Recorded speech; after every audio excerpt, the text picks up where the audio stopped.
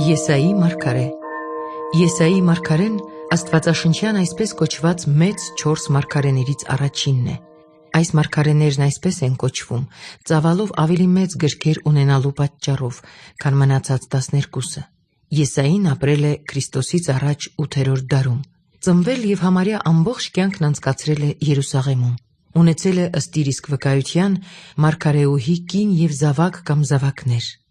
Սուրբ Եսայու մարգարեական գործունեությունը սկսվում է Երուսաղեմի Ոզիա թագավորի մեռնելու տարին։ Մարգարեն տեսիլքի մեջ տեսնում է Տիրոջը, բարձր աթոռին նստած, փառաբանող սերովբեներով շրջապատված, որոնցից մեկն ունելիով վերցնում է Տիրոջ սեղանից կրակեկայծ եւ դիպցնում մարգարեի շուրթերին դրանք մաքրագործելու համար։ Սա է պատճառը, որ Եսային կոչվում է նաեւ կայծակնամաքուր մարգարե։ Եսային լսում է Տիրոջ ձայնը եւ հրաման ստանում գնալու եւ ժողովրդին Աստծո պատգամները հաղորդելու։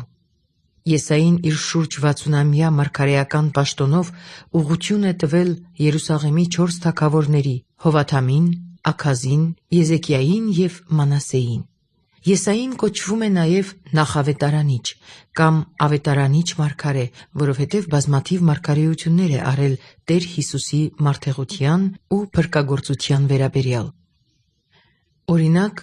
նրա գրքում է գրված կույսի հղիացման եւ Էմանուել անունով որդի ծնելու մասին,